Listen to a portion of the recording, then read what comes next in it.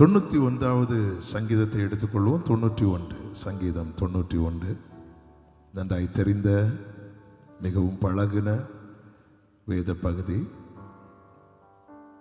14, 15, 16 வசனங்கள். இந்த 3 வசனங்களை எல்லாரும் சேர்ந்து சத்தமாய் வாசிக்க போகிறோம். சங்கீதம் 91, 14, 15, 16 வசனங்கள் எல்லாரும் சேர்ந்து சத்தமாய் வாசிக்கலாமா? அவன் என்னிடத்தில் வாஞ்சையாயிருக்கிறபடியால் அவனை விடுவிப்பேன். என் நாமத்தை அவன் அறிந்திருக்கிறபடியால் அவனை உயர்ந்த அடைக்கலத்தில் வைப்பேன். அவன் என்னை நோக்கி கூப்பிடுவான், நான் அவனுக்கு மறு உத்தரவு அருளி செய்வேன். ஆபத்தில் நானே அவனோடு இருந்து அவனை தப்புவித்து அவனை கனப்படுத்துவேன். நீடித்த நாட்களால் அவனை திருப்தியாக்கி என் ரட்சிப்பை அவனுக்கு காண்பிப்பேன். ஒரு விசை கூட கரங்களை உயர்த்தி ஹல்லேலூயா. நாம் ஆராதிக்கிற தேவன் சமீபத்திற்கும் தேவன், தூரத்திற்கும் தேவன், இம்மைக்கும் தேவன், மறுமைக்கும் தேவன். தாவீது சொல்லுகிறார், நான் வானத்தில் ஏறினாலும் நீங்க அங்க இருக்கிறீங்க, நான் பாதாளத்தில் படுக்கை போட்டாலும் அங்கேயும் உம்முடைய கை என்னை பிடிக்கும். ஆண்டவராகிய இயேசு கிறிஸ்துவை தவிர வேறொரு தேவன் எங்கும் இல்லை. ஆமென், ஹல்லேலூயா. கர்த்தர் பெரியவர். இந்த 3 வசனங்களிலே ஒரு மனிதனுக்கு தேவையான அனைத்துமே இருக்கிறது. அனைத்துமே இருக்கிறது. இம்மைக்குரிய வாழ்க்கையில என்ன தேவையோ அது மட்டுமல்ல, நீடித்த நாட்களால் அவனை திருப்தியாக்கி என்று விட்டுவிடாமல் என் ரட்சிப்பை அவனுக்கு காண்பிப்பேன். ரட்சிப்பின் நிலைகளை 3ஆய் சொல்லலாம். நாம் ரட்சிக்கப்பட்ட அனுபவம், ரட்சிக்கப்படுகிற அனுபவம், ரட்சிக்கப்பட போகிற அனுபவம். இதுதான் ஏசாயாவை கொண்டு பரிசுத்த ஆவியானவர் எழுதி வைத்தார். நீங்கள் மனம் திரும்பி அமர்ந்திருந்தால் ரட்சிக்கப்படுவீர்கள். முடிவு பரியந்தம் நிலை நிற்பவனே ரட்சிக்கப்படுவான். நம்மை ரட்சிக்கிறவர், ரட்சகர் நம் ஆண்டவராகிய இயேசு கிறிஸ்து. இங்கே யாருக்கு கர்த்தர் இதை சொல்லுகிறார் பாருங்கள். அவன் என் நாமத்தை அறிந்திருக்கிறபடியால் என்று சொல்லுகிறார். கிறிஸ்துவை அறிகிற அறிவிலே நாம் வளர வேண்டியது அவசியமாயிருக்கிறது. அவர் நாமம். 3 நாட்கள் இயேசுவின் நாமம் அதிகமாய் உயர்த்தப்பட்டது. பாடல் வேளைகளிலே, ஆராதனை வேளைகளிலே அதிகமாய். இன்று மாலையில கூட அவர் நாமத்தை சொல்லி சொல்லி ஆராதித்துக் கொண்டிருந்தோம். எந்த அளவுக்கு இயேசுவின் நாமம் உயர்த்தப்படுகிறதோ, என்னில் அவர் நாமம் எந்த அளவுக்கு உயர்த்தப்படுகிறதோ, நான் அவரை அறிகிற அறிவில எந்த அளவுக்கு வளருகிறேனோ அந்த அளவுக்கு தேவனுடைய பாதுகாப்பும், தேவனுடைய கிருபையும், தேவனுடைய நன்மையும், தேவனுடைய ரட்சிப்பும் நான் பெற்றுக்கொள்ளுகிறவனாய் மாற்றப்படுகிறேன். ஒன்றான மெய்தேவனாம் உம்மையும் நீர் அனுப்பின உம்முடைய குமாரனையும் அறிகிற அறிவே நித்திய ஜீவன் என்று ஆண்டவராகிய இயேசு கிறிஸ்து சொல்லி இருக்கிறதை யோவான் 17:3 நாம் பார்க்க முடியும். அவர் நாமத்தை அறிகிறார். அவன் என் நாமத்தை அறிந்திருக்கிறபடியால். நாமத்தை அறிகிறதுனா என்ன? நாமத்தை அறிகிறதுனா இப்ப இயேசு என்கிற நாமம் எல்லாருக்கும் தெரியுமே. அப்படி இருக்க அந்த நாமத்தை அறிகிறதுனா என்ன? ஆண்டவராகிய இயேசு என்ன சொல்வார்? உம்முடைய நாமத்தை நான் தெரியப்படுத்தினேன், இன்னும் தெரியப்படுத்துவேன் அப்படிங்கிறார். அதன் அர்த்தம் என்ன? அவர் நாமத்தை அறிந்திருக்கிறது என்பது அவர் எப்படிப்பட்டவர் என்பதை நாம் அறிந்திருக்கிறது. ஆண்டவர் யாக்கோபிடத்தில் யாபோக்காற்றின் கரையில கேட்பார் அல்லவா, உன் பெயர் என்ன அப்படின்னு கேட்பார். ஏன் ஆண்டவருக்கு யாக்கோபுக்கு பெயர் தெரியாதா? யாக்கோபுக்கு பெயர் தெரியும். அப்படி இருக்க உன் பெயர் என்ன அப்படின்னு கேட்கிறாருன்னா அதன் அர்த்தம் என்னன்னா, யாக்கோபே நீ யார் சொல்லு. இதே கேள்வியை 20 வருடத்துக்கு முன்பதாக கண்ணு தெரியாத ஈசாக்கு யாக்கோபிடத்துல கேட்பார், மகனே நீ யாரு? அப்பொழுது யாக்கோபு என்ன சொல்லுவார் தெரியுமா? நான் ஏசா வந்திருக்கிறேன் அப்படிம்பார். தான் யார் என்பதை மறைத்து ஏசா என்று வெளிப்படுத்துகிறான். இதே கேள்வியை சர்வத்தை காண்கிற கண்களை உடையவர் இப்பொழுது கேட்கிறார், உன் பெயர் என்ன அப்படின்னு கேட்கிறார். அதன் அர்த்தம் என்ன அப்படின்னா, உன் பெயரை இன்சியலோட சொல்லு அப்படின்னு இல்ல, நீ யார் என்பதை எனக்கு சொல்லு. இந்த இடத்துல யாக்கோபு எதையும் மறைக்கவில்லை. நான் யாக்கோபு, நான் யாக்கோபு என்று யாக்கோபு சொல்லும் போது அந்த இடத்துல தான் யார் என்று சொல்லுகிறான் தெரியுமா? நான் ஏமாற்றினவன், என் சகோதரனை வஞ்சித்தவன், எங்க அப்பாவை ஏமாற்றினவன். தன்னை முழுமையாய் வெளிப்படுத்துகிறான். ஆமென். ஜீசஸ், நாம் ஆராதிக்கிற ஆண்டவருடைய நாமம் என்ன அப்படின்னு கேட்டா எல்லாரும் சொல்லும் ஜீசஸ். ஆனா who is Jesus அப்படின்னு கேட்டா நமக்கு எந்த அளவுக்கு சொல்ல முடிகிறது? நான் இத்தனை வருஷம் விசுவாசி என்று சொல்வதில் அல்ல பெருமை, அவருடைய நாமத்தை குறித்தே மேன்மை பாராட்ட வேண்டும். அவருடைய நாமத்தை குறித்தே. ஆபிரகாமை விசுவாசம் உள்ளவனாக்க கர்த்தர் வார்த்தையை கொடுத்தார். 75வது வயதிலே கர்த்தர் ஆபிரகாமை அழைக்கும் போதே வாக்குத்தத்தத்தை கொடுத்து தான் அழைக்கிறார். உன் சந்ததியை நான் பிளஸ் பண்ணுவேன்னு சொல்றேன். ஆபிரகாம் புறப்படுகிறான். ஆதியாகமம் 12வது அதிகாரத்தில் வாக்குத்தத்தத்தை கொடுக்கிறார். 13வது அதிகாரத்தில் லோத்து பிரிகிறான். லோத்து பிரிந்து போகும்போது மீண்டும் அதே வார்த்தையை ரிப்பீட் பண்றார். கடற்கரை மணலை காண்பித்து இவ்வண்ணமாய் உன் சந்ததி இருக்கும் என்றார். ஆபிரகாம் பலிபீடம் கட்டி பிரைஸ் பண்ணிட்டே இருக்கிறார். 15வது அதிகாரத்தில் மீண்டும் கர்த்தர் வானத்து நட்சத்திரங்களை காண்பித்து இவ்வண்ணமாய் உன் சந்ததி இருக்கும் என்றார். ஆபிரகாம் விசுவாசித்தான் என்று வேதம் சொல்லுகிறது. விசுவாசித்தான். வார்த்தையை கொடுத்து ஆபிரகாமை விசுவாசம் உள்ளவனாக்கினார். ஆதியாகமம் 17வது அதிகாரம் 1வது வசனத்திலே பார்க்கும்போது ஆபிரகாமுக்கு 99 வயதான போது கர்த்தர் ஆபிரகாமுக்கு தரிசனமாகி நான் சர்வ வல்லமை உள்ள தேவன் என்று தம்முடைய நாமத்தை அங்கு வெளிப்படுத்துகிறார். வார்த்தையை கொடுத்து ஆபிரகாமை விசுவாசம் உள்ளவனாக்கினவர் தம்முடைய நாமத்தை வெளிப்படுத்தி அவனை விசுவாசத்தில் வல்லவனாக்கினார். ஹல்லேலூயா.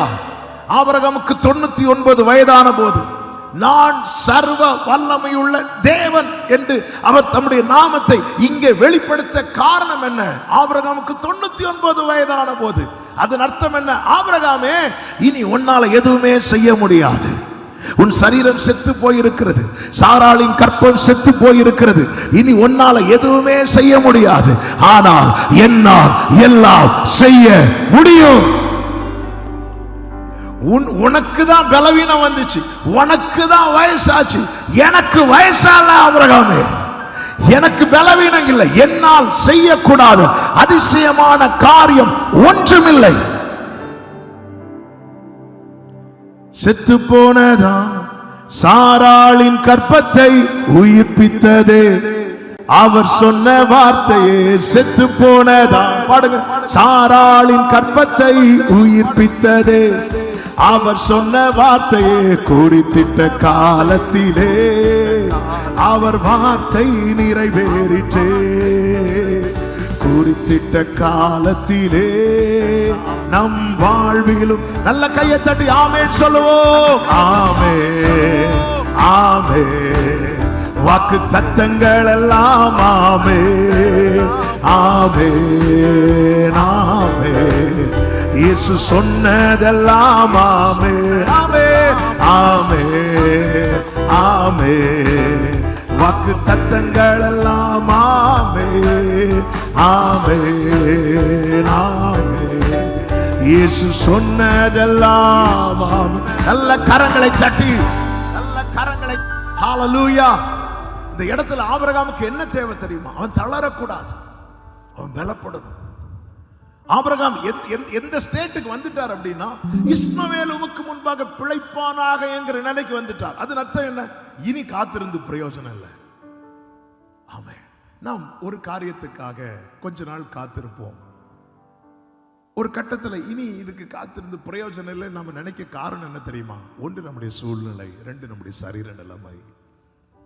இதை வைத்து நாமளே செட் பண்றோம். இல்ல இல்ல, இனி இதுக்கு காத்திருந்து பிரயோஜனம் இல்லை. ஆபிரகாம் கர்த்தருக்கு முன்பாக, ஆண்டவரே, இஸ்மவேலுக்கு முன்பாய் பிழைப்பானாக என்கிறார். இந்த இடத்துல ஆபிரகாமுக்கு தேவை வாக்குத்தத்தம் அல்ல. இந்த இடத்துல ஆபிரகாமுக்கு தேவை என்ன தெரியுமா? இந்த வாக்குத்தத்தத்தை கொடுத்தவர் யார் என்கிற அறிவு. பல நேரத்தில் நம்ம விசுவாசத்தில் தொய்ந்து போகிறதுக்கு காரணம் என்ன தெரியுமா? தேவன் யார் என்கிற அந்த சரியான அறிவு நமக்கு இல்லாதது. ஃபாதர் அழகா பாடி இருக்கிறாங்கல்ல, இன்னும் உம்மை அறியணுமே, இன்னும் உம்மை அறியணுமே, இன்னும் கிட்டி சேரணும்.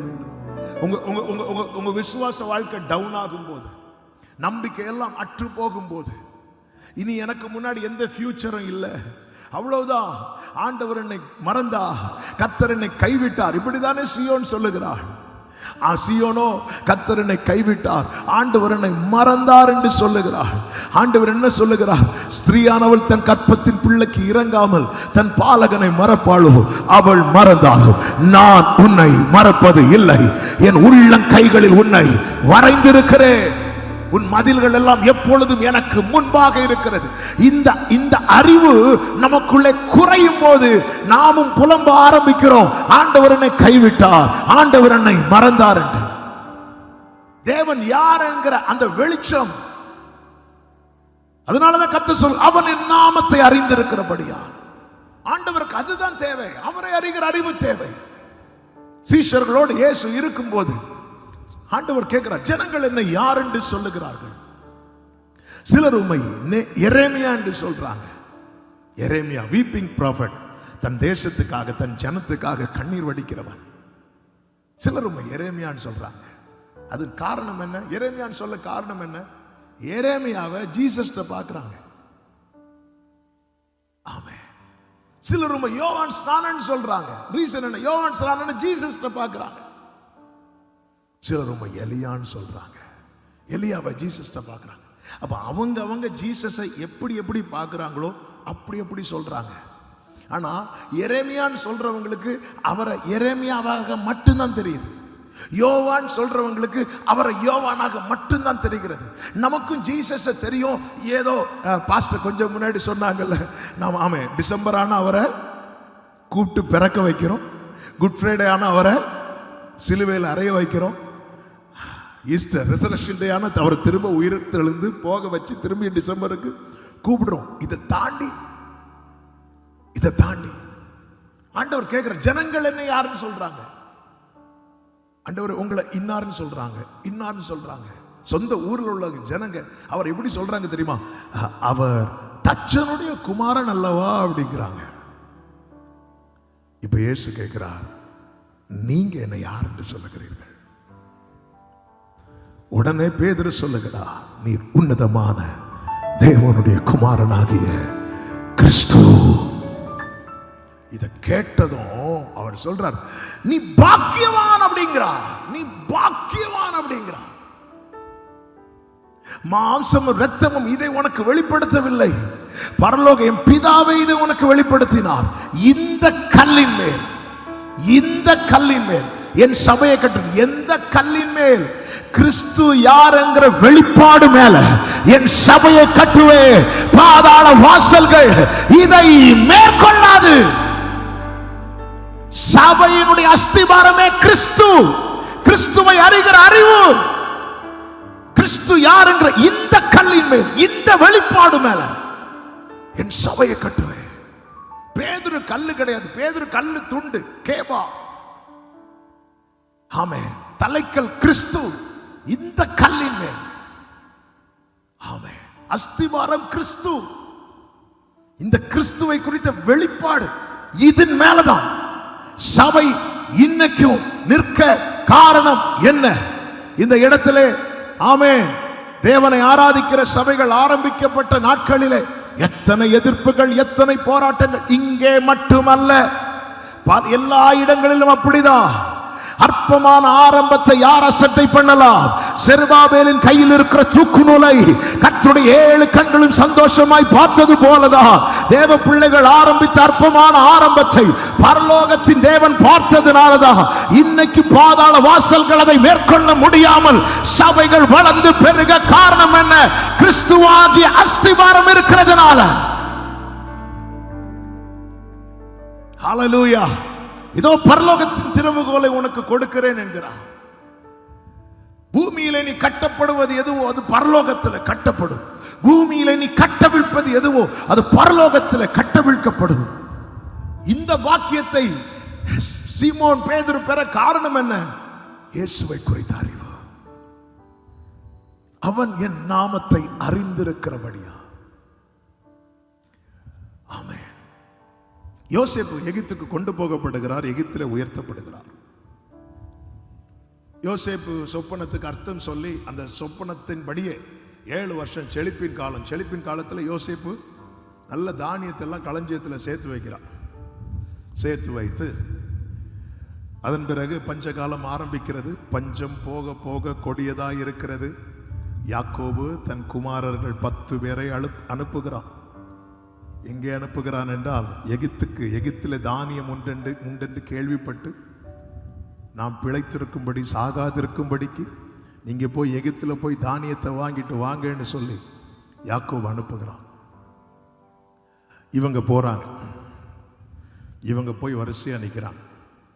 வரிசையா நிற்கும் போது யோசேப்பு பார்க்கிறார். யோசேப்புக்கு பார்த்ததும் தெரிஞ்சது இவங்க யாரு. ஆனா இவங்களுக்கு தெரியல யோசேப்பு யாருன்னு. ஏன் யோசேப்புக்கு பார்த்ததும் இவங்க யாருன்னு தெரிஞ்சது தெரியுமா? ஏன்னா இவங்க அன்னைக்கு எப்படி இருந்தாங்களோ அப்படியே தான் இன்னைக்கும் இருக்கிறாங்க. ஆனா இவங்களுக்கு யோசேப்பை தெரியல. ஏன் தெரியுமா? யோசேப்பு அன்னை இருந்தது போல அல்ல. அவன் கனித்தரும் செடி, அவன் கொடி சுவர் மேல் படரும். ஆமா, என்னைக்குமே புரிஞ்சுக்கோங்க, இன்னொருத்தங்க வளரக்கூடாதுன்னு நினைக்கிறவங்க கடைசி வரை அப்படியே தான் இருப்பாங்க. ஆமே, உங்களை வளர்த்துவது கர்த்தர் சித்தமானால் நீங்க எந்த குழியில தூக்கி போடப்பட்டாலும் எளியவனை குப்பையிலிருந்து எடுத்து பிரபுக்களோடு உட்கார வைத்து அழகு பார்க்கிற தேவன் அவர். ஆமேன் சொல்லுங்க பார்க்கலாம். கர்த்தருக்கு மகிமை உண்டாவதாக. தேவன் நல்லவர். இப்ப பாருங்க, யோசேப்பு யாருன்னு அவங்களுக்கு தெரியல. அவன் எகிப்தின் நாமத்தில் இப்பொழுது அறியப்படுகிறான். பார்வோனுக்கு அடுத்த நிலையில் அறியப்படுகிறான். யாருன்னு தெரியல. ஆனால் யோசேப்புக்கு தெரிந்தது. யோசேப்பு அந்த சம்பவத்துக்குள்ள நான் டீட்டெயிலாக போகல. நமக்கு தெரியும் அந்த இடத்துல யோசேப்பு என்ன பண்றாருன்னா, எல்லாரும் கொண்டு வந்த சாக்கு பையில தானியத்தையும் கொடுத்துட்டு தானியத்தோடு கூட அவங்கவுங்க பணப்பையும் வச்சு அனுப்பி கொடுக்கிறார். யோசேப்பு செய்தது நன்மையா தீமையா? நன்மை. இவங்க ஆண்ட வேலை மிருகங்களுக்கு தானியம் கொடுப்பதற்காக சாக்கெல்லாம் ஓபன் பண்ணதும் எல்லா சாக்கிலும் என்ன இருக்கிறது?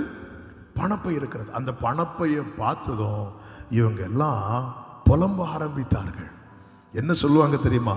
தேவன் நமக்கு இப்படி செய்தது என்ன? உண்மையிலே தேவன் அவர்களுக்கு தீமையா செய்தார்? யோசேப்பு அவர்களுக்கு தீமையா செய்தார்? இல்ல, அவர்களுக்கு செய்தது நன்மை. ஆனால் அவர்களுக்கு யோசேப்பு யார் என்று தெரியாததுனால அதை அவங்க எப்படி பார்த்தாங்க தெரியுமா? தீமையா பார்த்தாங்க. 2 வருஷம் கழிச்சு மீண்டும் எகிப்துக்கு போகும்போது இந்த மேட்டர் எல்லாம் யோசேப்பின் ஊழியக்காரர் இடத்துல யோசேப்பின் சகோதரர்கள் சொல்லும் போது அந்த மனிதன் சொன்ன வார்த்தை என்ன தெரியுமா? நீங்க பயப்படாதீங்க, தேவன் அதை உங்களுக்கு புதையலாக கட்டளையிட்டார். அப்போ அவங்களுக்கு கொடுக்கப்பட்ட புதையலை 2 வருஷம் அனுபவிக்க முடியாம இருந்தாங்க. ஏன்? அவங்களுக்கு யாருன்னு தெரியல. இது யோசேப்புன்னு தெரியல. தேவன் யார் என்று தெரியாததுனாலதான் ஆமென் துதிக்க வேண்டிய இடத்துல நம்ம புலம்பல் பாடிக்கொண்டிருக்கிறோம். ஆண்டவர் எனக்கு இப்படி செய்தது என்ன? ஆண்டவர் எனக்கு இப்படி செய்தது என்ன?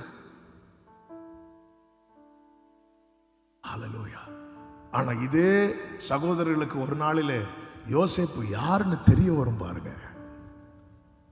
தெரிய வந்ததும் இப்பொழுது யோசேப்பு மீண்டும் எல்லாருக்கும் சாக்கு நிறைய தானியத்தையும் தன் தகப்பனுக்கு எக்ஸ்ட்ரா 10 மூட்டை தானியத்தையும் கொடுத்து விடுறா.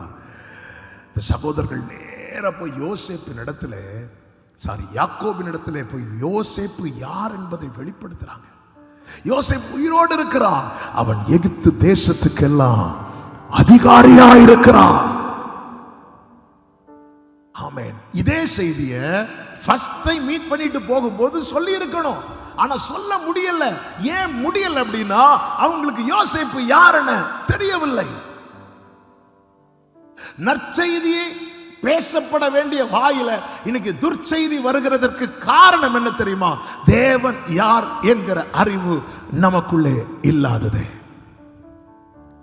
12 பேர் வேவு பார்ப்பதற்காக மோசே அனுப்புவார் கானானுக்கு. கானானை சுத்தி வேவு பார்த்துட்டு வந்தவர்கள் 10 பேர் துர்ச்செய்தி பரப்பினார்கள். யோசுவா காலேப் மட்டும் சொல்றார், அதை நம்ம எளிதில் சுதந்திரிக்கலாம், எளிதில் சுதந்திரிக்கலாம். ஏன் அப்படி அவங்க சொல்றாங்கன்னா அவர்களுக்கு தங்கள் தேவன் யார் என்கிற வெளிச்சம் இருந்தது, அறிவு இருந்தது.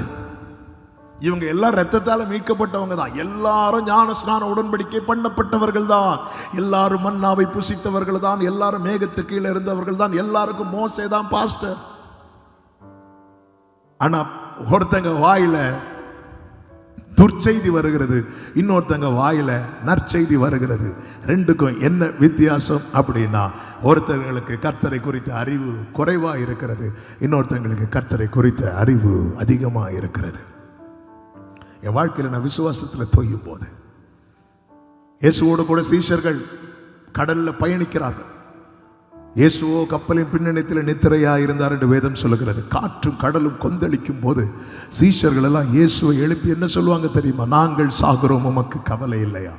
இயேசு எழுந்து காற்றையும் கடலையும் அதட்டின போது சீஷர்கள் என்ன ஒருவருக்கொருவர் சொல்லிக் கொண்டார்கள் தெரியுமா? இவர் யாரோ அப்படிங்கிறார். இவர் யாரோ?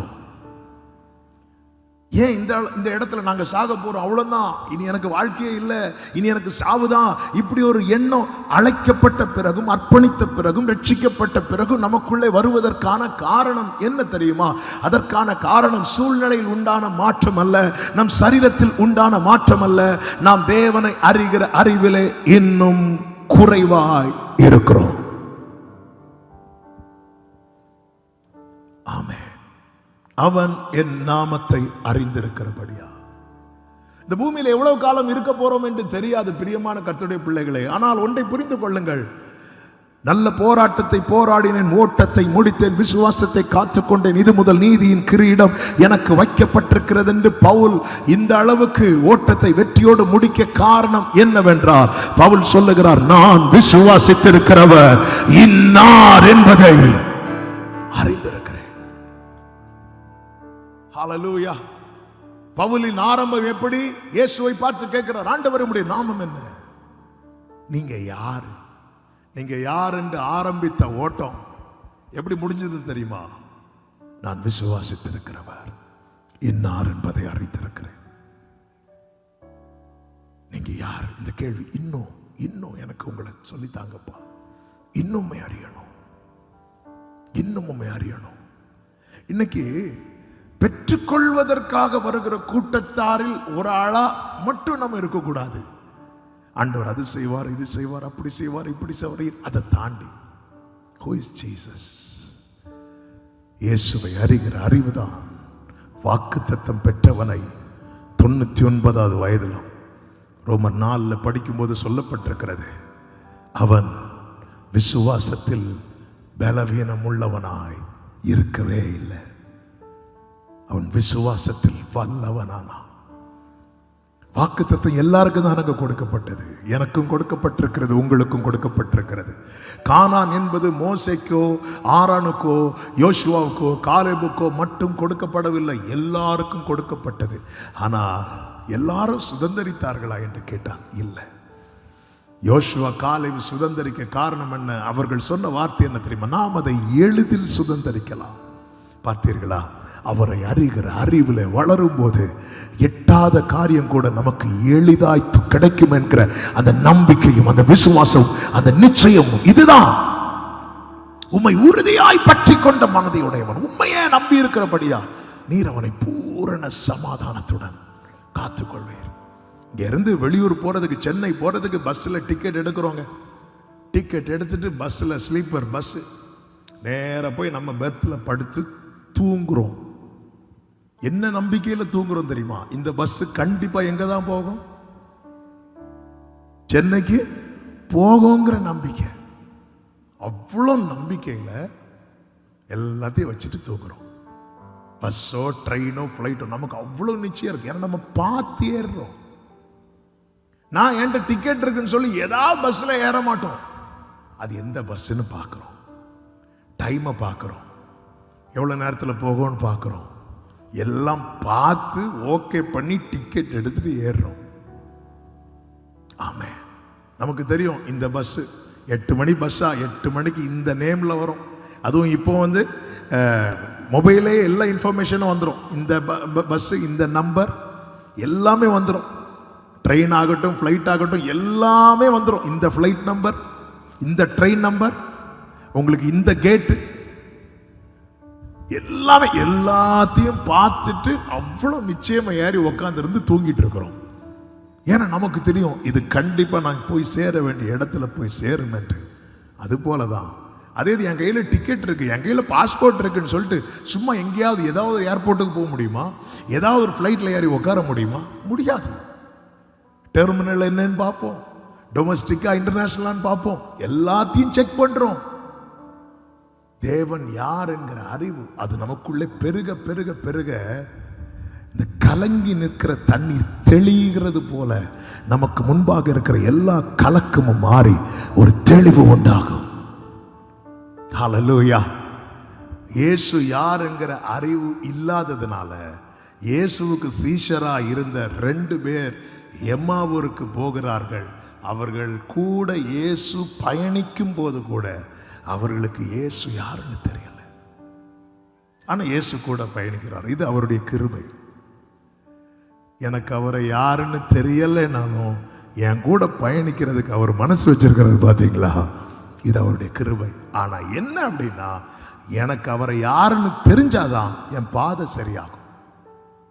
இயேசு என்ன செய்தார் தெரியுமா? வேத வாக்கியங்களை விவரித்து காண்பித்து அவர்கள் இருதயத்தை கொழுந்து விட்டு எரிய பண்ணி அவர்கள் கண்களை திறந்தார். அவங்க கண்களை திறந்ததும் எங்க ஓடுறாங்க தெரியுமா? எருசலேமுக்கு போறாங்க. அவர்கள் பாதை சரியாகிறது, ட்ராக் கிளியர் ஆகிறது. அதுவரை இயேசு உயிர் தெழுந்தாருங்கிற செய்தி அது அவங்க ஒரு இன்ஃபர்மேஷனா மட்டும்தான் அவங்களுக்குள்ளே வைத்துக் கொண்டிருந்தார்கள். ஆனா கண்ணு கிளியர் ஆனதும், இயேசு யாருங்கிற அந்த வெளிச்சம் கிடைத்ததும், இதை இப்பொழுது இவர்களே சுவிசேஷமாய் சொல்ல ஆரம்பித்து விட்டார்கள். இயேசு யார் என்பதை அறிந்து கொள்ளுங்கள், அவர் நாமத்தை அறிந்து கொள்ளுங்கள். யோபு பாருங்கள், யோபு 1வது அதிகாரத்தில் யோபுவுக்கு வந்த சோதனை சாதாரண சோதனை அல்ல. ஆண்டவர் சமூகத்தில் போய் சாத்தான் நிற்கிறான். கர்த்தர் கேட்கிறார், என் தாசனாகிய யோபுவின் மேல் கவனம் வைத்தாயோ? சாத்தான் கூட யோபு மேட்டரை ஓபன் பண்ணல. யோபு மேட்டரை தொட கூட முடியாதுன்னு சாத்தானுக்கு தெரியும். ஆனா கர்த்தரே கேட்கிறார், என் தாசனாகிய யோபுவின் மேல் கவனம் வைத்தாயோ? இப்போ சாத்தான் சொல்றான், அது எப்படி வைக்க முடியும்? அதான் நீர் அவனையும் அவனுக்கு உண்டான எல்லாவற்றையும் சுற்றி வேலி அடைக்கவில்லையோ? ஆண்டவர் சொல்றார், சரி அவனுக்கு உண்டான எல்லாம் உன் கையில் இருக்கு, முடிஞ்ச கை வச்சுக்கோ. இப்போ யோபுக்கு வெல்த்தில் கை வைக்கிறான் சாத்தான். அவன் சம்பாதித்த அத்தனையும் போச்சு. திருடன் திருடவும் கொல்லவும் அழிக்கவும் இருக்கிறான், எல்லாம் போச்சு. அப்படி எல்லாம் போகும்போது யோபுவுக்கு கர்த்தரை குறித்த ஒரு அறிவு உண்டு. அதனால யோபு என்ன சொல்றார் தெரியுமா? கர்த்தர் கொடுத்தார், கர்த்தர் எடுத்தார், கர்த்தருடைய நாமத்திற்கு ஸ்தோத்திரம் அப்படிங்கிறார். அப்போ யோபு நினைச்சிட்டார், சரி இந்த ஒரு பிரச்சனை வந்துட்டு கர்த்தர் கொடுத்தார், கர்த்தர் எடுத்தார், இதெல்லாம் நாளைக்கு சரியாயிரும் அப்படின்னு நினைச்சிட்டு ஆண்டவர் பிரைஸ் பண்றார். அடுத்த அதிகாரத்தில் அடுத்த சோதனை. சில நேரத்தில் நம்ம இப்படிதான் நினைப்போம், ஒரு பிரச்சனை ஓகே வந்துட்டு இது இதோட சால்வ் ஆயிரும் அப்படின்னு நினைச்சிட்டு இருக்கும்போது இன்னொரு பிரச்சனை வரும் பாருங்க. அது ஏற்கனவே வந்த பிரச்சனையை விட இன்னும் பெரிய பிரச்சனையா இருக்கும். இப்போ அவனுடைய சரீரம் முழுவதும் பாதிக்கப்படுகிறது. இந்த இடத்துல 1வது அதிகாரத்தில் ஸ்தோத்திரம் சொன்ன யோபு 2வது அதிகாரத்தில் ஸ்தோத்திரம் சொல்லவில்லை.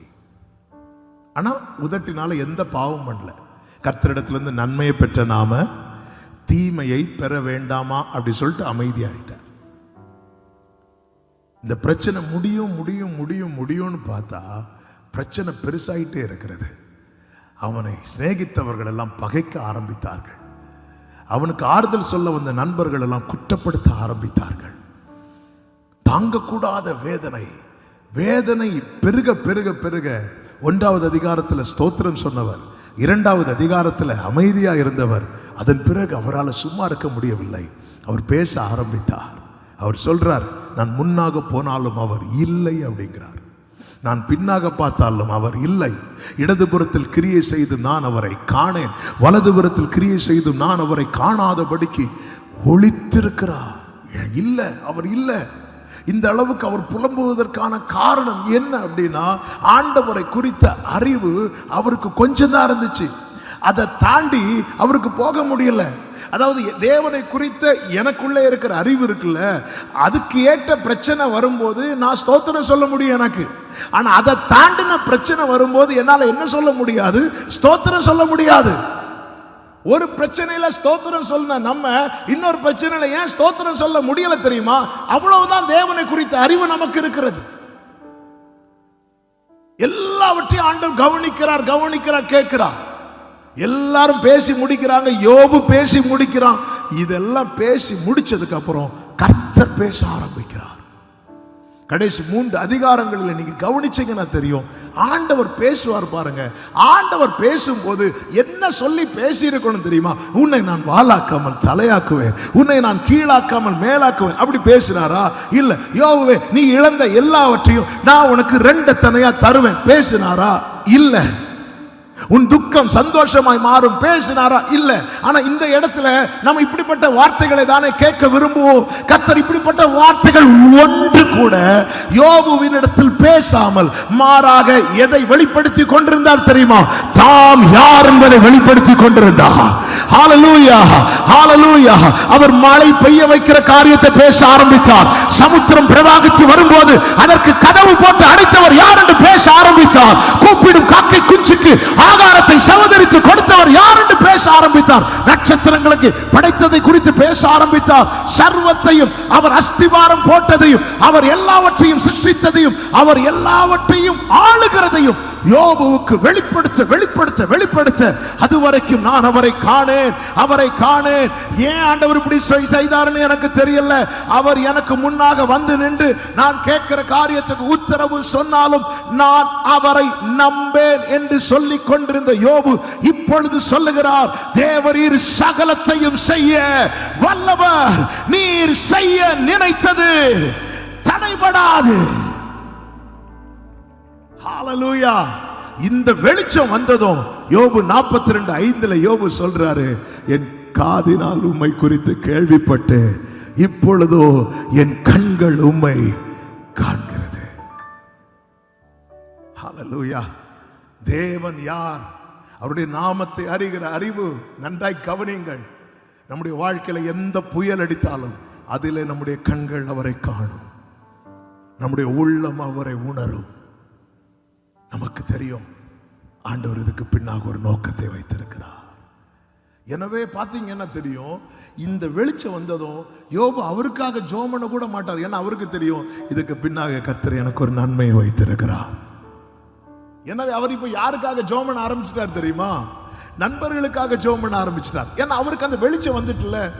கர்த்தர் இத்தனை புயல் அடித்தும் இவ்வளவு பிரச்சனை வந்தோம், ஆமே, ஏன் என்னை பராமரித்து என் தீபத்தை காப்பாற்றுகிறார்?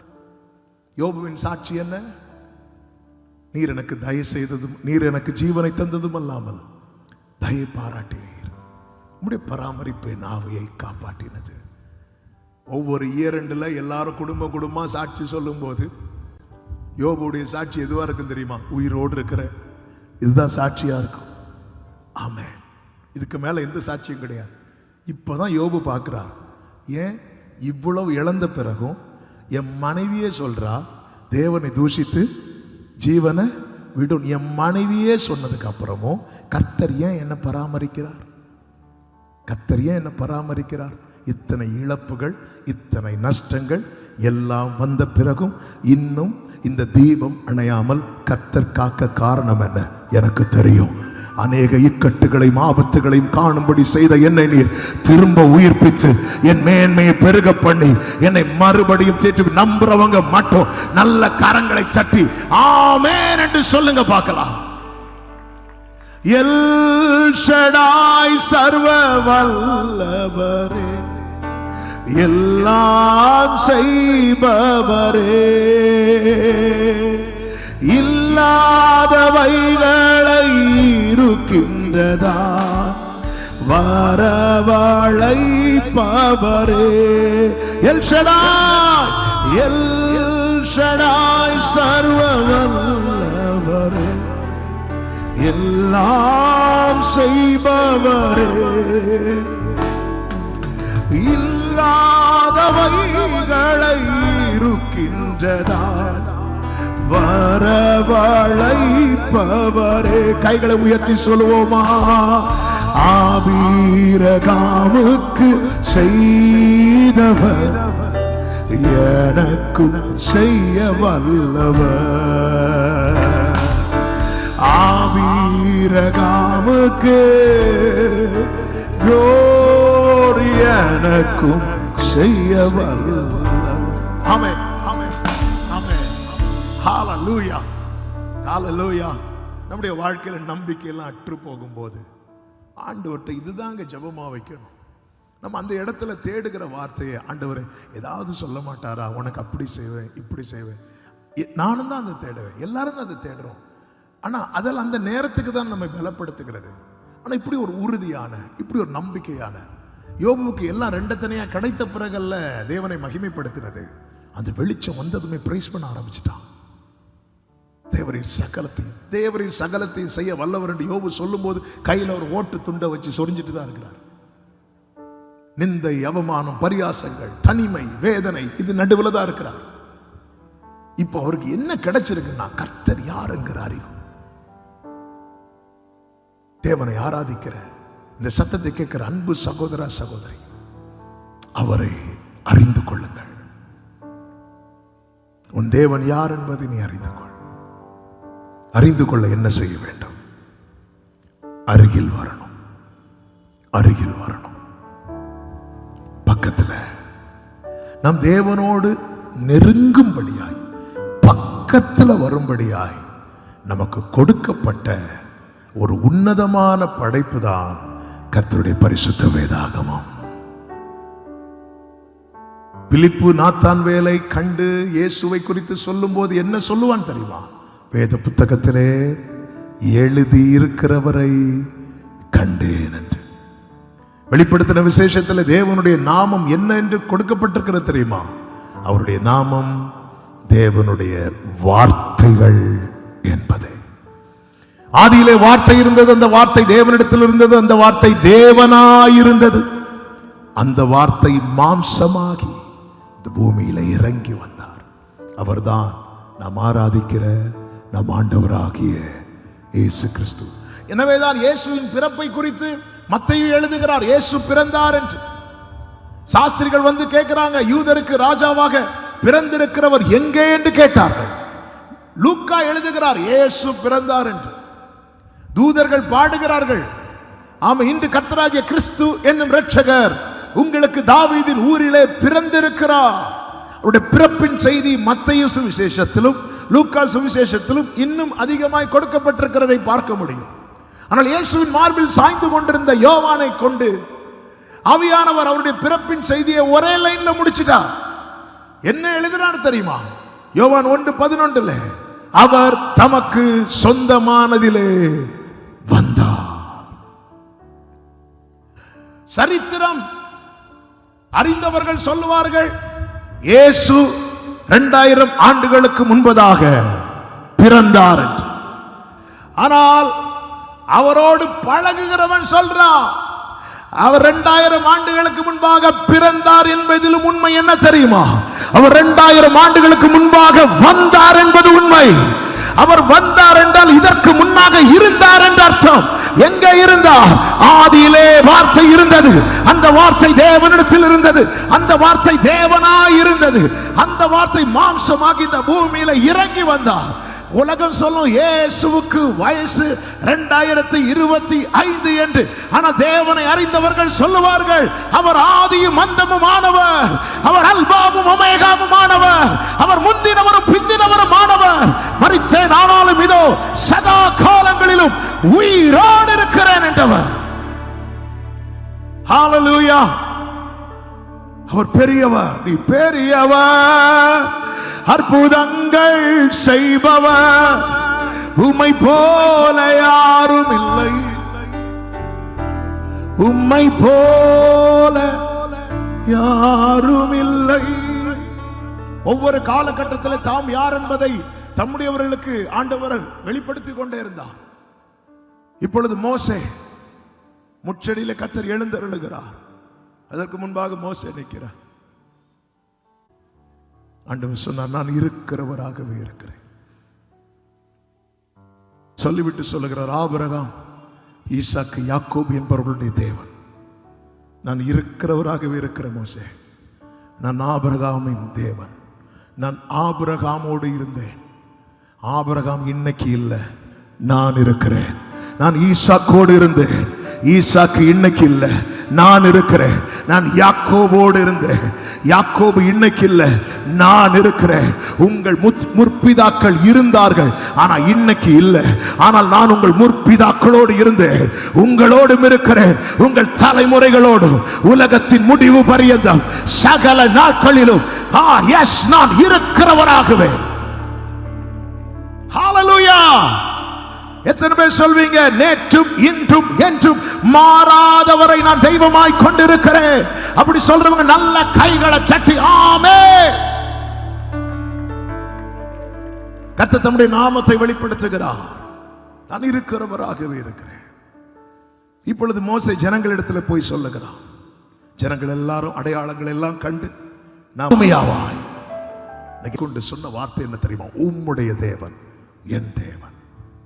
இந்த 10 வருஷத்துல ரூத்துக்கு நகோமி தம்முடைய தேவன் யார் என்பதை சொல்லி இருக்கிறார். அந்த வெளிச்சம் அவளுக்குள்ள இருந்துச்சு. அவ பார்த்தா, நான் ஜெயிச்சிருவேன். நான் மட்டும் இந்த மோவாபை தாண்டிட்டேன்னா நான் ஜெயிச்சிருவேன்.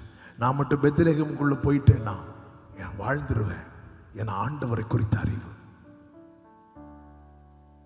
பார்வன் கேட்கிறான், ஆமா, கர்த்தருடைய வார்த்தை கேட்டு போக விடுவதற்கு அவர் யார்? எனக்கு தெரியாது, நான் போக விட மாட்டேன். தெரியாதுன்னு சொல்லும் போது மோசே எல்லாம் திரும்ப போயிட்டாரு. ஜனங்க திரும்பி மோசைக்கு விரோதமாக முறுமுறுக்க ஆரம்பித்தாங்க. மோசே போய், ஆண்டவர் ஆண்டவர் இப்படி பண்ணீங்க அப்படின்னு சொல்லி புலம்பும் போது 6வது அதிகாரத்தில் 1வது வசனத்தில் கர்த்தர் சொல்லுகிறார், நான் பார்வோனுக்கு செய்வதை இப்பொழுது காண்பாய் சொல்லிவிட்டு 2வது வசனத்தில் மேலும் தேவன் மோசையை நோக்கி நான் யெகோவா என்று சொல்லுகிறார். உன் தேவன் யார் என்று கேட்டது யாரு? பார்வோன். கர்த்தர் தம்முடைய நாமத்தை யாருக்கு சொல்றாரு? மோசேக்கு சொல்றார். அதன் அர்த்தம் என்ன? அவருடைய நாமத்தை பிரஸ்தாபப்படுத்துகிறவர்களாய் தேவன் நம்மை தெரிந்தெடுத்திருக்கிறார். இந்த உலகம் கேட்கிறது உன் தேவன் யார் என்று. சத்துரு கேட்கிறான் உன் தேவன் யார் என்று. பிரதிகூலங்கள் கேட்கிறது உன் தேவன் யார் என்று. என் தேவன் யார் என்று வெளிப்படுத்தவே என்னை தேவன் இந்த பட்டணத்தில் வைத்திருக்கிறார்கள். நிச்சயம் உள்ளவர்கள் மாத்திரம் தலைக்கு மேல கையை தட்டி ஆமென் சொல்லுங்க பார்க்கலாம். மோசேக்கு முச்செடியில எழுந்தருளி தரிசனமான தேவன் உன் தேவன் யார் என்று கேட்ட பார்வோன்ட்ட போய் தம்மை வெளிப்படுத்தி இருக்கலாம் அல்லவா? இல்ல. ஆமென்.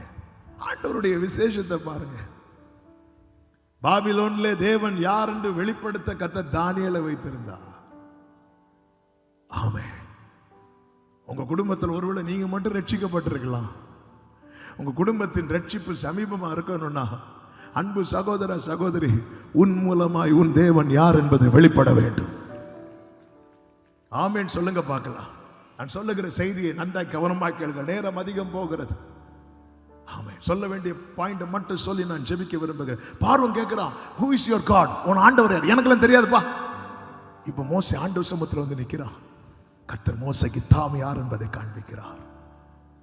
ஆண்டவர் சமூகத்தில் நெருங்க நெருங்க நெருங்க தேவன் யாருங்கிற அறிவு நமக்கு உண்டாகும். பவுல் என்ன சொல்லுகிறார் தெரியுமா?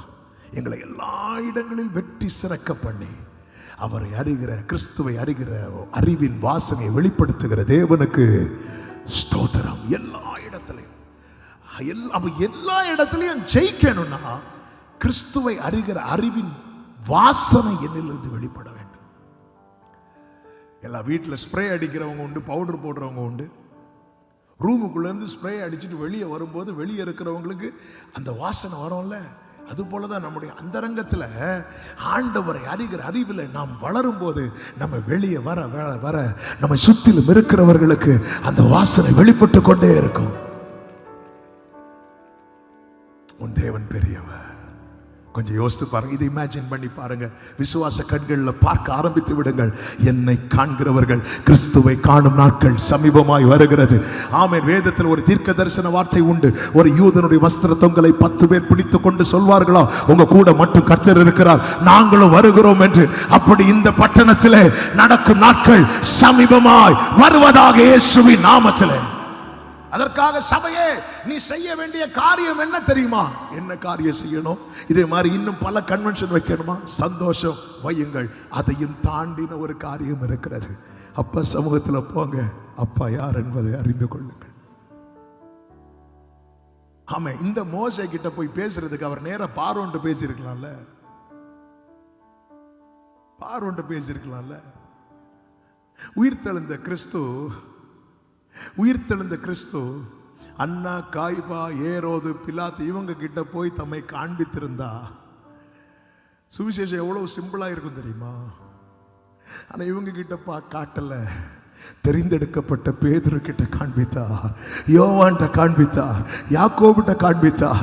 ஆமா, இந்த சின்ன கூட்டத்துக்கு காண்பித்து சொன்னார், நீங்க உலகமெங்கும் போய் என்ன எல்லாருக்கும் காட்டுங்க. நம்மை விட ஞானிகள், நம்மை விட பெரியவர்கள், நம்மை விட படித்தவர்கள், நம்மை விட எல்லாவற்றிலும் சிறந்தவர்கள் வாழ்கிற இந்த பூமியில எதற்கு உதவாத நம்மை தேடி தெரிந்தெடுத்தது எதற்கு தெரியுமா? அவரை அறிந்து விட்டு போவதற்கல்ல, அவரை அறிந்த நாம் மற்றவர்களுக்கு அறிமுகப்படுத்துவதற்காக. ஹல்லேலூயா.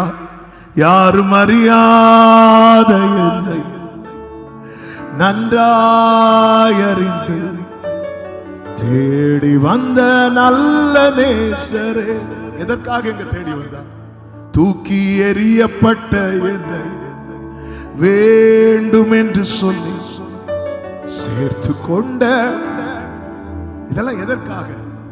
40 வருஷம் ஆடு மேய்த்து கொண்டிருந்த மோசே, யாராவது தேடி வந்தாங்களா? மோசேக்கு ஒரு அண்ணன் உண்டு, வந்தாரா? ஒரு அக்கா உண்டு, வந்தாங்களா? மோசே ஒருத்தருக்கு சப்போர்ட் பண்ணி தானே இந்த நிலைமைக்கு ஆளானாங்க.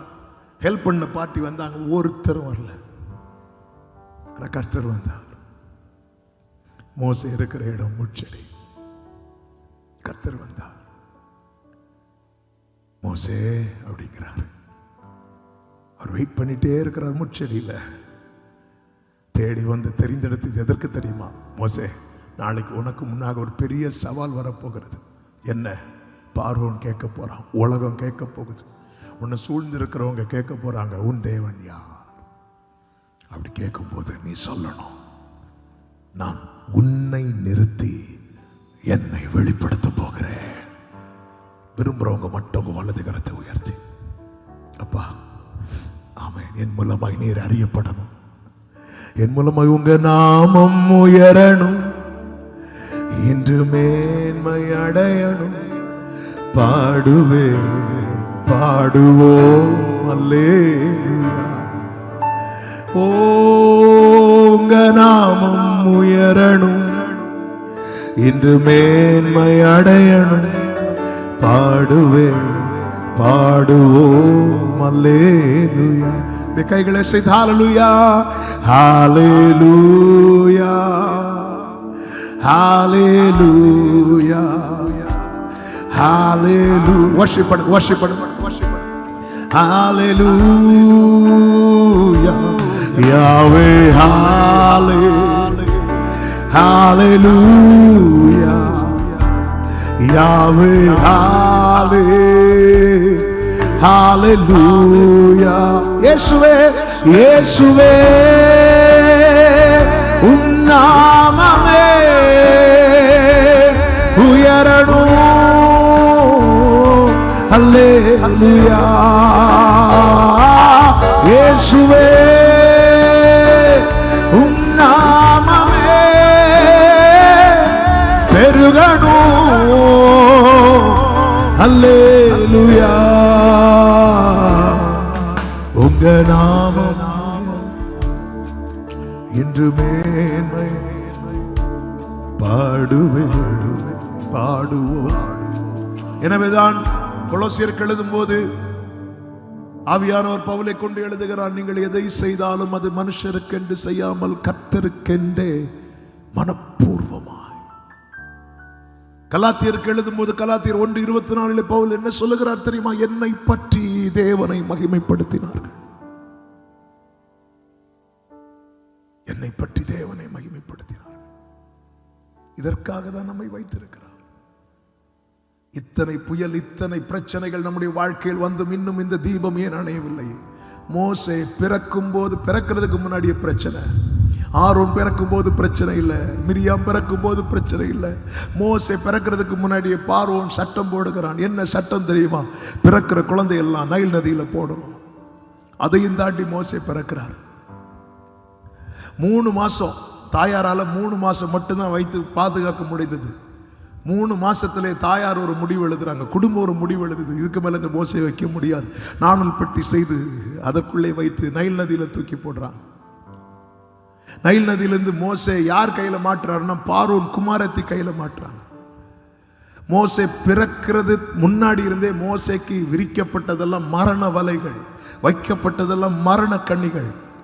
அதையெல்லாம் தாண்டி தாண்டி அந்த தீபத்தை அணைய விடாமல் கர்த்தர் பாதுகாத்து கொஞ்சம் கொஞ்சமா அவனை வளர வைத்து இப்பொழுது 40வது வயதுல பார்வோன் மோசே கொலை செய்ய வகை தேடுகிறான். எஸ்கேப் ஆகிறார். இப்ப மோசேக்கு வயசு 80. மோசே எழுதி வைத்திருக்கிறார், மனுஷனுடைய ஆயுசு நாட்கள் 70, பலத்தின் மிகுதினால் 80. இப்பொழுது மோசையே தமக்கு ஒரு முடிவு எழுதுகிறார். அவ்வளவுதான், முடிஞ்சது. அந்த இடத்துல தான் கர்த்தர் தம்மை வெளிப்படுத்தி தாம் யார் என்பதை அவனுக்கு காண்பிக்கிறார். எதற்கு தெரியுமா? மோசே, நான் உனக்கு என்ன காட்டுறேன், இந்த உலகம் உன்னிலே என்ன பார்க்கணும். இப்ப மோசே திருப்பி என்றாகிறார். அதன் பிறகு நமக்கு தெரியும் அங்கே நடந்த வாதைகள். ஒவ்வொரு வாதை வெளிப்படும் போதும் தேவன் யார் என்று கேட்டான் அல்லவா, அவன் தேவன் யார் என்று கர்த்தர் அறிந்து கொள்ள வைக்கிறார். நீங்க அந்த வசனங்கள் எல்லாம் பார்த்தீங்கன்னா தெரியும். யாத்திராகமம் 8:8 பார்வோன் சொல்லுகிறான், அந்த தவளைகள் என்னையும் என் ஜனங்களையும் விட்டு நீங்கும்படி கர்த்தரை நோக்கி வேண்டிக் கொள்ளுங்கள் அப்படிங்கிறான். அப்போ இந்த பார்வோனுக்கு இப்ப என்ன தெரியுது தெரியுமா? இந்த மோசையின் தேவன் ஜெபத்தை கேட்கிற தேவன். தவளை வந்ததும் பார்வோன், நீங்க இந்த ஒவ்வொரு வாதையும் பார்த்தீங்கன்னா ஆண்டவர் சொல்லுவார், நான் எகிப்தின் தேவர்கள் பேரிலே நீதியை சரி கட்டுவேன் அப்படின்னு சொல்லுவார். கோல் சர்ப்பமா மாறினது, தவளை, பேன், இது எல்லாவற்றையும் அவங்க வழிபடக்கூடியது. சூரியன், நதி, நைல் நதி. அதனாலதான் மோசே நைல் நதி எப்படி அடிப்பார் தெரியுமா? அங்க இருக்கிற எல்லா நீர்நிலைகள் எல்லாத்துக்கும் நேரே அப்படி கோல் அப்படி காட்டுவார்.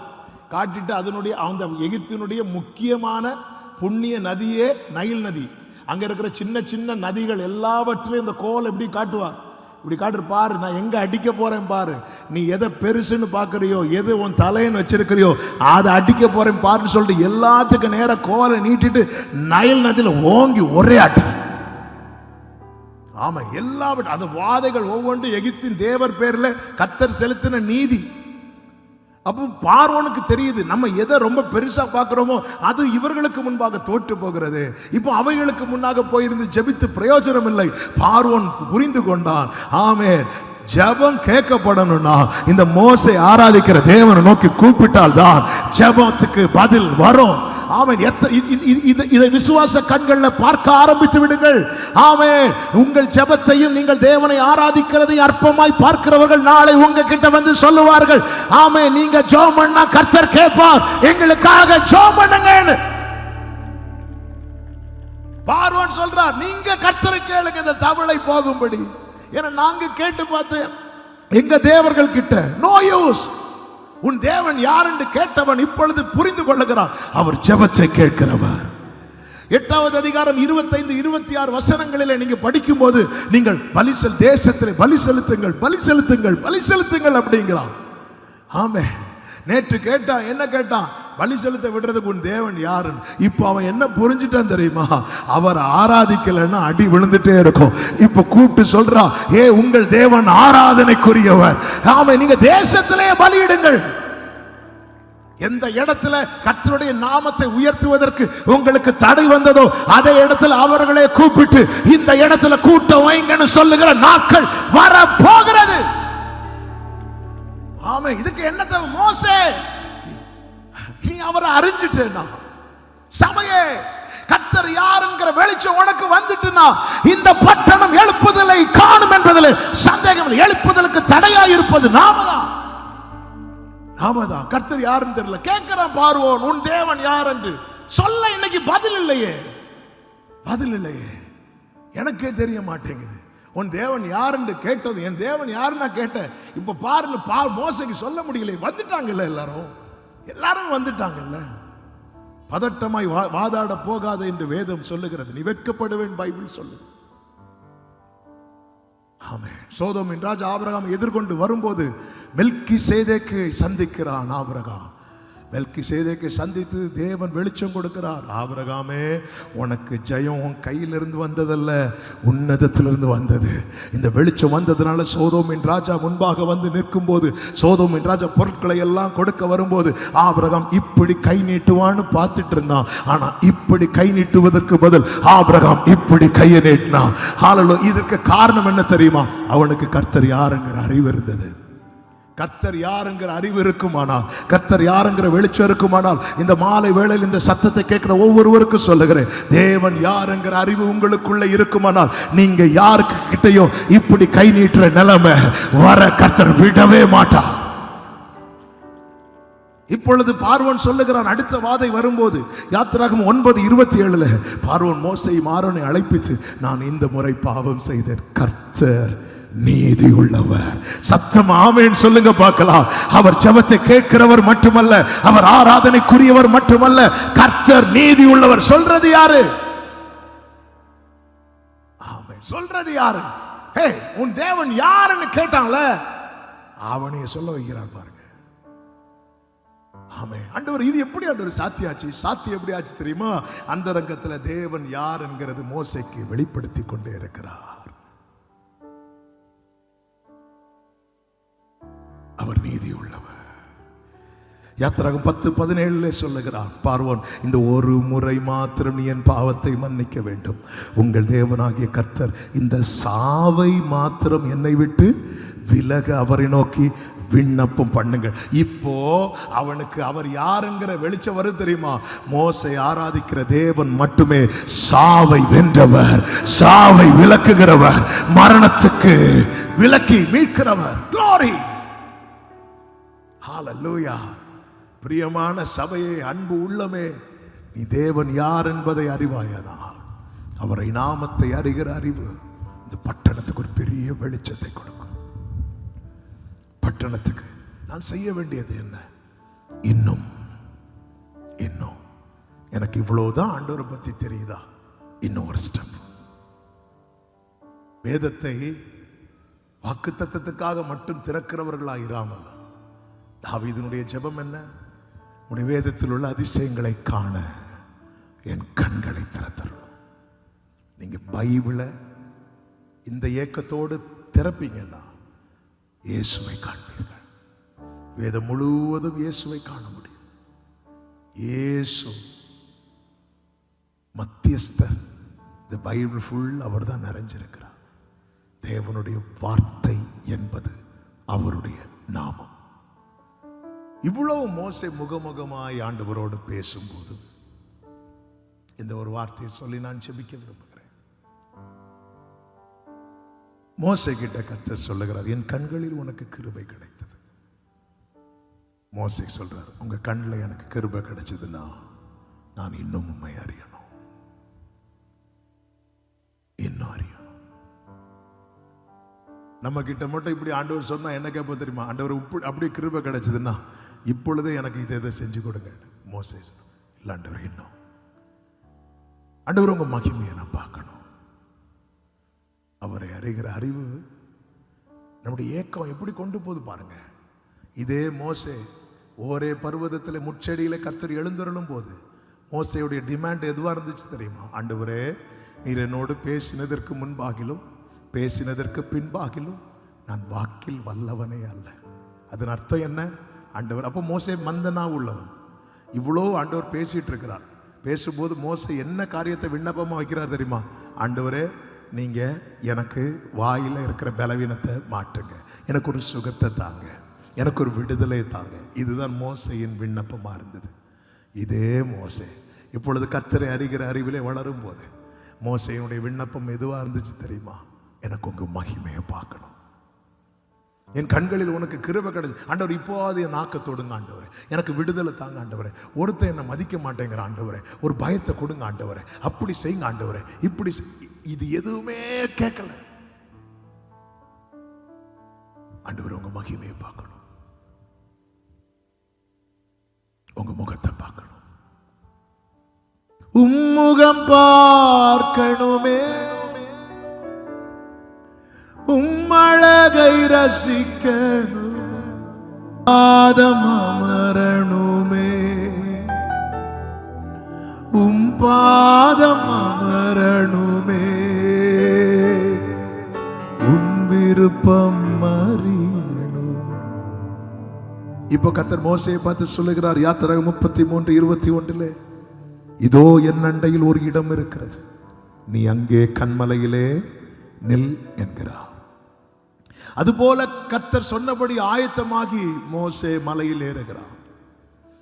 34வது அதிகாரம் யாத்திராகமம் 5 முதல் நீங்கள் பாருங்கள். கர்த்தர் ஒரு மேகத்தில் இறங்கி அங்கே அவன் அருகே நின்று கர்த்தருடைய நாமத்தை கூறினார். கர்த்தர் அவனுக்கு முன்பாக கடந்து போகிற போது அவர், கர்த்தர் கர்த்தர் இரக்கமும் கிருபையும் நீடிய சாந்தமும் மகா தயையும் சத்தியமும் உள்ள தேவன், 1000 தலைமுறைகளுக்கு இரக்கத்தை காக்கிறவர், அக்கிரமத்தை மீறுதலையும் பாவத்தையும் மன்னிக்கிறவர், குற்றவாளியை குற்றமற்றவனாக விடாமல் பிதாக்கள் செய்த அக்கிரமத்தை பிள்ளைகளிடத்திலும் பிள்ளைகளுடைய பிள்ளைகளிடத்திலும் 3ஆம் 4ஆம் தலைமுறை மட்டும் விசாரிக்கிறவர் என்று கூறினார். ஹல்லேலூயா. இதே மோசே கிட்ட பல ஆண்டுகளுக்கு முன்பதாக அல்லது சில ஆண்டுகளுக்கு முன்பதாக கர்த்தர் முச்செடியில எழுந்தருளி எப்படி சொன்னார் தெரியுமா? மோசே நெருங்கும் போதே மோசே கிட்ட வராத, நெல்ல, நீ நிக்கிற இடம் பரிசுத்த பூமி, உன் கால்கள் இருக்கிற பாதரட்சை கழட்டு. இப்போ மோசேக்கு ஆண்டவருக்கு இடையே ஒரு டிஸ்டன்ஸ் இருக்கிறது. அந்த இடத்துல கர்த்தர் தம்மை எப்படி வெளிப்படுத்துகிறார் தெரியுமா? நான் இருக்கிறவராகவே இருக்கிறேன் என்று வெளிப்படுத்துகிறார். இவ்வளவுதான் மோசேக்கு கர்த்தரை குறித்து தெரியும். ஆனால் இப்பொழுது மோசேக்கு ஆண்டவருக்கு இடையே எந்த டிஸ்டன்ஸும் இல்லை, பக்கத்துல வந்துட்டான், சமீபமா வந்துட்டான். அன்னைக்கு சொன்னார் நான் இருக்கிறவராகவே இருக்கிறேன் என்று. இன்னைக்கு என்ன சொல்லுகிறார் தெரியுமா? நான் இரக்கமுள்ளவராய் இருக்கிறேன், நான் கிருபை உள்ளவராய் இருக்கிறேன், நான் நீடிய சாந்தம் உள்ளவராய் இருக்கிறேன், நான் மகா தயை உள்ளவராய் இருக்கிறேன், நான் சத்தியம் உள்ளவராய் இருக்கிறேன், நான் 1000 தலைமுறைகளுக்கு இரக்கத்தை காக்கிறவராய் இருக்கிறேன், 4 தலைமுறைக்கு அக்கிரமத்தை விசாரிக்கிறவராய் இருக்கிறேன். அப்ப நெருங்க நெருங்க நெருங்கதான் அவர் எப்படிப்பட்டவராய் இருக்கிறார் என்கிற அறிவு நமக்கு உண்டாகிறது. கர்த்தர் இருக்கிறார்ங்கிற விசுவாசம் அடிப்படை விசுவாசம். தேவன் ஒருவர் உண்டு என்பதுங்கிற விசுவாசம் இருக்குல்ல, இதுதான் அடிப்படை விசுவாசம். இது எல்லாருக்கும் இருக்கு. இது இருக்கிறதுனால தான் நாங்கள் எல்லாருமே வந்து உட்கார்ந்து இருக்கிறோம். இந்த சத்தத்தை ஏன் கேட்கிறோம்? தேவன் ஒருவர் உண்டு என்று தெரியும், அவர் எப்படிப்பட்டவராய் இருக்கிறார். அது நெருங்க நெருங்க தான் தெரியும், நெருங்க நெருங்க தான் தெரியும். மோசே நெருங்குறான். மோசேக்கு இந்த வாய்ப்பு கிடைக்க காரணம் என்ன தெரியுமா? கர்த்தர் சொல்லுகிற வார்த்தை, என் கண்களில் உனக்கு கிருபை கிடைத்தது. பிரியமான கர்த்தருடைய பிள்ளைகளே, நாம் பெற்ற பாக்கியம். கர்த்தரிடத்திலிருந்து அனுப்பப்பட்ட கேப்ரியல் என்கிற தூதன் மரியாள் இடத்திலே வந்து சொல்லுகிறார், கிருபை பெற்றவளே நீ வாழ்க. மரியாள் பெற்ற கிருபை என்ன? அந்த கிருபை தான் நாமும் பெற்றிருக்கிறோம். என்ன கிருபை தெரியுமா? அவருடைய நாமம் அந்த இடத்துல வெளிப்படுத்தப்பட்டது. அந்த நாமம் தான் யெஷுவா, இயேசு என்கிற நாமம். இயேசு என்கிற நாமம். அந்த நாமம் பழைய ஏற்பாட்டில் அவருடைய நாமத்தை எல்லாரும் சொல்ல மாட்டாங்க, பயம். அதனால எப்படி சொல்லுவாங்கன்னா, ஆபிரகாமின் தேவன், ஈசாக்கின் தேவன், யாக்கோபின் தேவன். ஆனால் நாம் பயமில்லாமல் விரும்பி சந்தோஷத்தோடு சொல்லி பரலோக நன்மையை பெற்றரிக்கும்படிக்கு, நாம் நோக்கி கூப்பிடும்படிக்கு, நாம் பற்றி கொள்ளும்படிக்கு, நாம் ஆராதிக்கும்படிக்கு, நாம் அறிக்கையிடும்படிக்கு வெளிப்படுத்தப்பட்ட அவருடைய உன்னதமான நாமம் இயேசு என்கிற நாமம். நல்ல கரங்களை தட்டி ஆமென் சொல்லுங்க பார்க்கலாம். அந்த நாமத்தை அறிக்கையிடும் போது நமக்கு ரட்சிப்பு உண்டாகிறது. நீதி உண்டாக இருதயத்தில் விசுவாசிக்கப்படும், ரட்சிப்பு உண்டாக நாவினாலே அறிக்கையிடப்படும். இயேசுவே என்று, தாவீதின் குமாரனே என்று கூப்பிடும் போதே இயேசு நின்று விடுதலை கொடுத்ததை வேதம் நமக்கு காண்பிக்கிறது. இன்றும் அந்த நாமத்தை நோக்கி கூப்பிடும் போது அவருடைய கிருபை உங்களை விடுவிக்கும் என்பதிலே சந்தேகம் இல்லை. குமாரன் உங்களை விடுதலை ஆக்கினார், மெய்யாகவே விடுதலை ஆனீர்கள். ஹல்லேலூயா.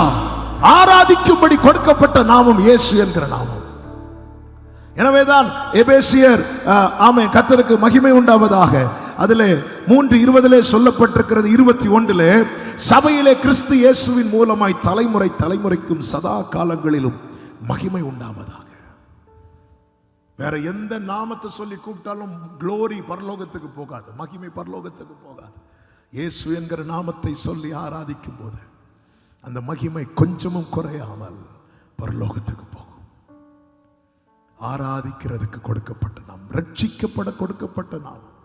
அப்போஸ்தலர்களை கொண்டு ஆவியானவர் சொல்லுகிறார், அவராலே அன்றி வேறு ஒருவராலும் ரட்சிப்பு இல்லை. நாம் ரட்சிக்கப்படும்படிக்கு வானத்தின் கீழங்கும் மனுஷருக்குள்ளே அவருடைய நாமமே அல்லாமல் வேறொரு நாமம் கட்டளையிடப்படவும் இல்லை.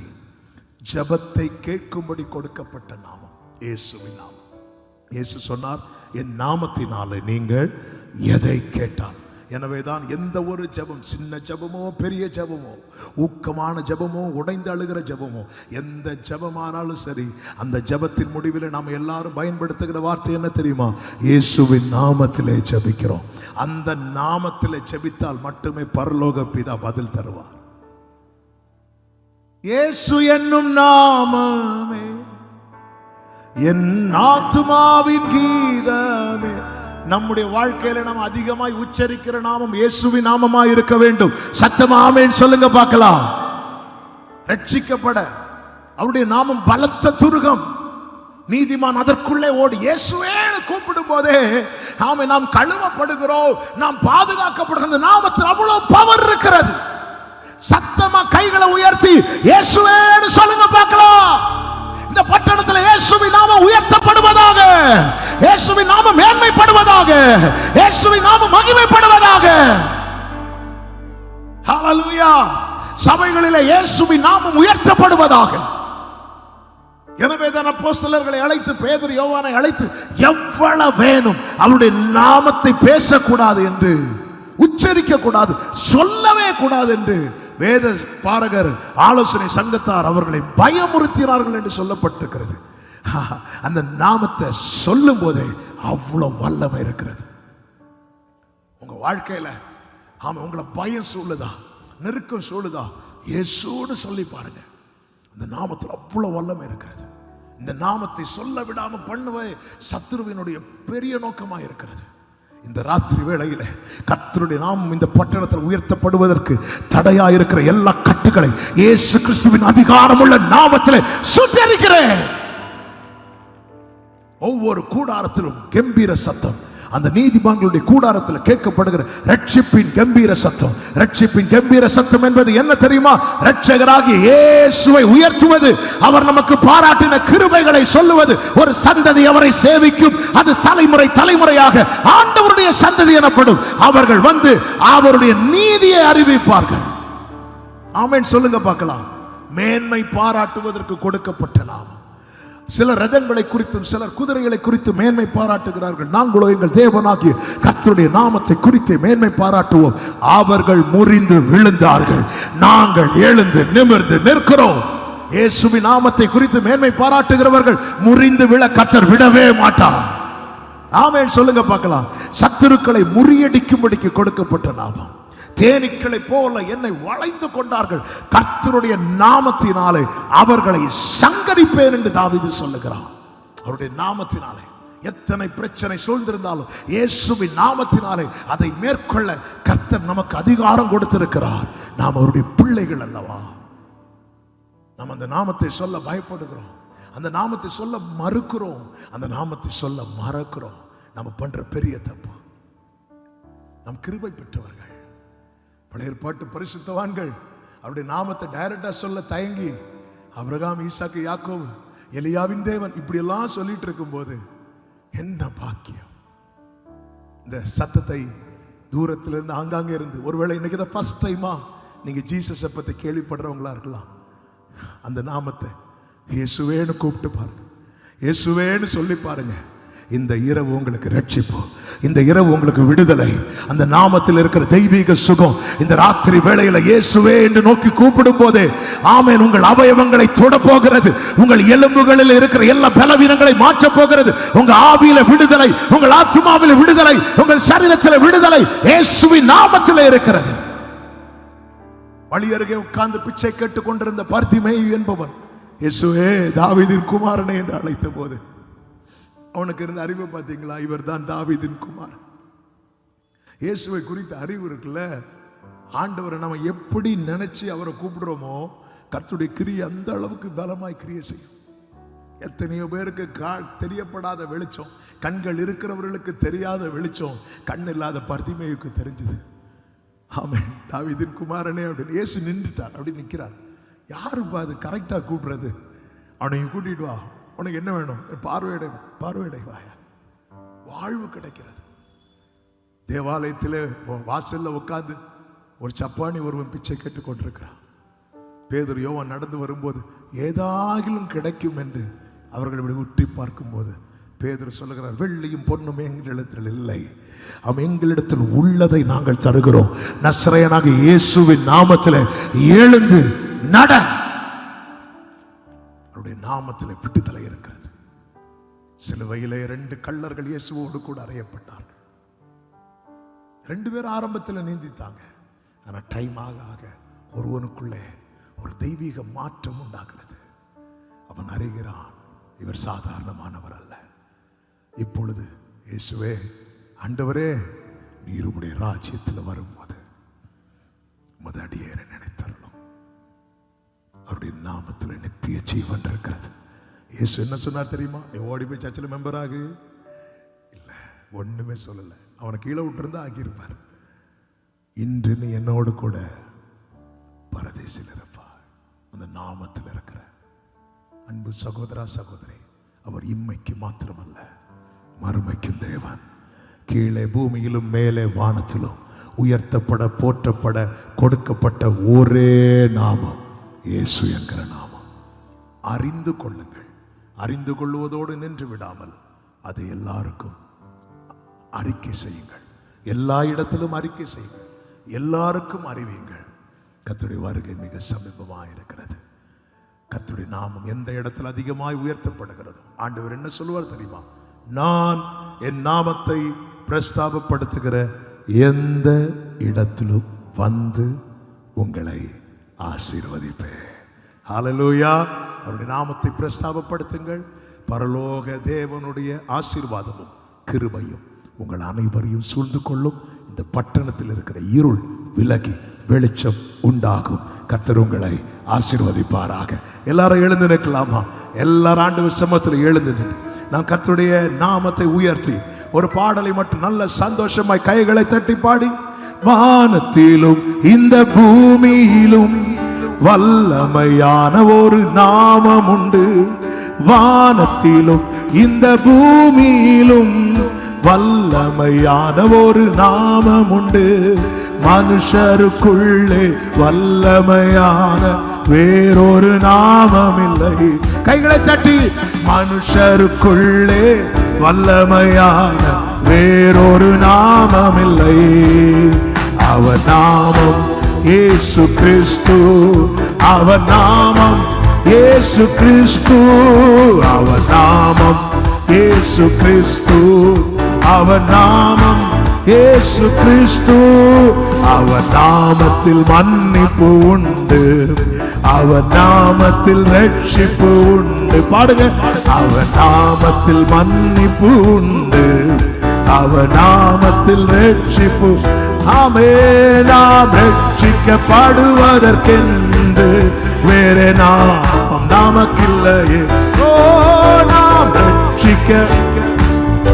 ஆமே, எல்லாரும் கைகளை தட்டி அவர் நாமம் இயேசு கிறிஸ்து, அவர் நாமம் இயேசு கிறிஸ்து, அவர் நாமம் இயேசு கிறிஸ்து, அவர் நாமம் இயேசு கிறிஸ்து, அவர் நாமம். glory.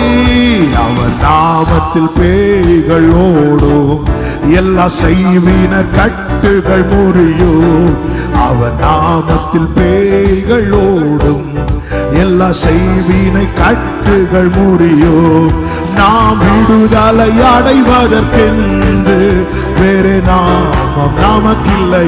இந்த வார்த்தையை சொல்லுங்க. நாம் விடுதலை வேறு நாமம். எல்லாரும் சேர்ந்து அவர் நாமம் இயேசு கிறிஸ்து, அவர் நாமம் இயேசு கிறிஸ்து, அவர் நாமம். ஓ ராஜாமா ஷேகே மெம்ரோலே தெரே. ஹalleluya.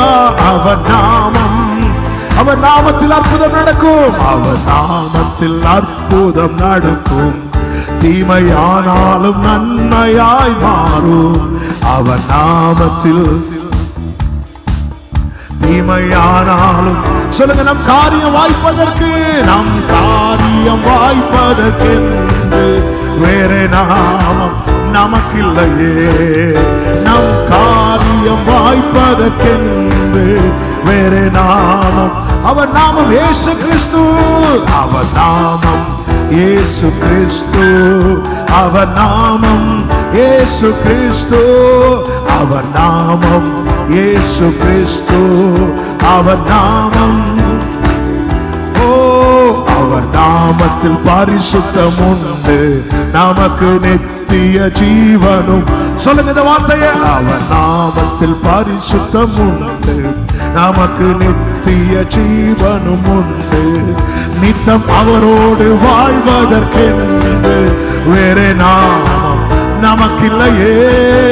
நித்தம் அவரோடு அவரோடு அவரோடு வாழ்வதற்கு வேறே நாமம். நல்ல கையை தட்டி அவர் நாமம், அவர் நாமம் இயேசு கிறிஸ்து, அவர் நாமம் இயேசு கிறிஸ்து, அவர் நாமம் இயேசு கிறிஸ்து, அவர் நாமம்.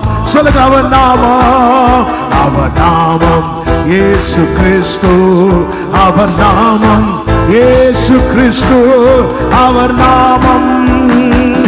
ஹalleluya, ஹalleluya. நல்ல கரங்களை தட்டி ஜீசஸ் என்று சொல்லு. இயேசுவே உமக்கு ஸ்தோத்திரம் என்று சொல்லி ஆர்ப்பரியுங்கள். இயேசுவின் நாமமே அல்லாமல் ரட்சிக்கவும், சுகம் தரவும், விடுதலை தரவும், பாதுகாக்கவும், சுத்திகரிக்கவும், பரலோகத்தில் கொண்டு போய் சேர்க்கவும் வேறொரு நாமம் இல்லை. இயேசுவின் நாமத்திற்கு மகிமை, இயேசுவின் நாமத்திற்கு மகிமை. ஆமென், ஆமென், ஹalleluya. Thank you Jesus. Yes Lord.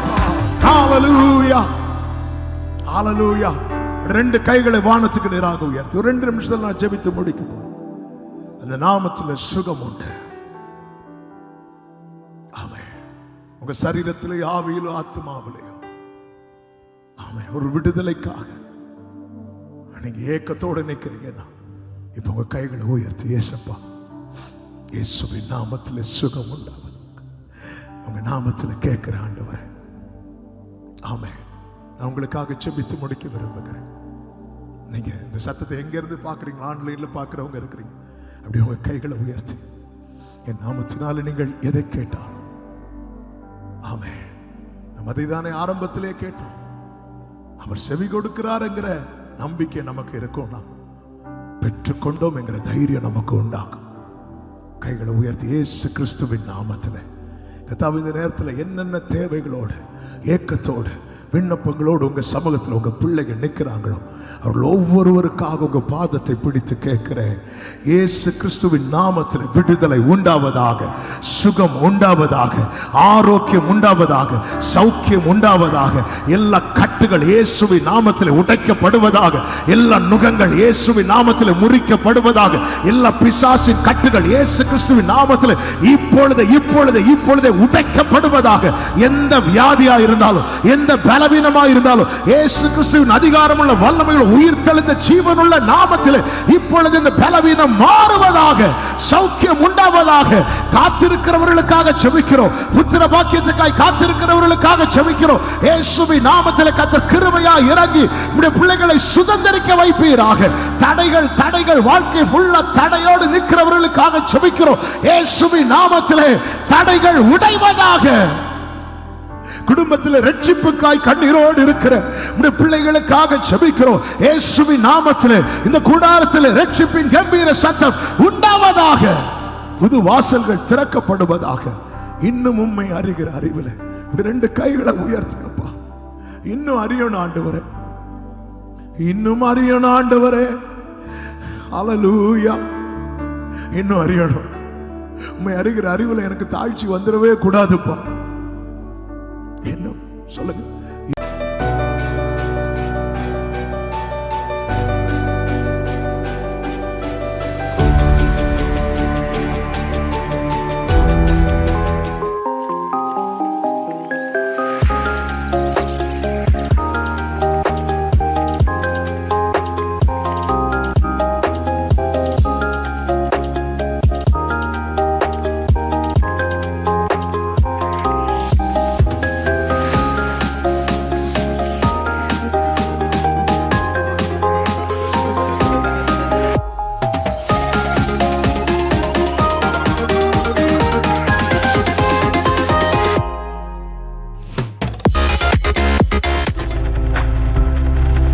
நீங்கள் பார்த்து கொண்டிருப்பது உங்கள் ஜாய் டிவி. உங்கள் துக்கம் சந்தோஷமாய் மாறும்.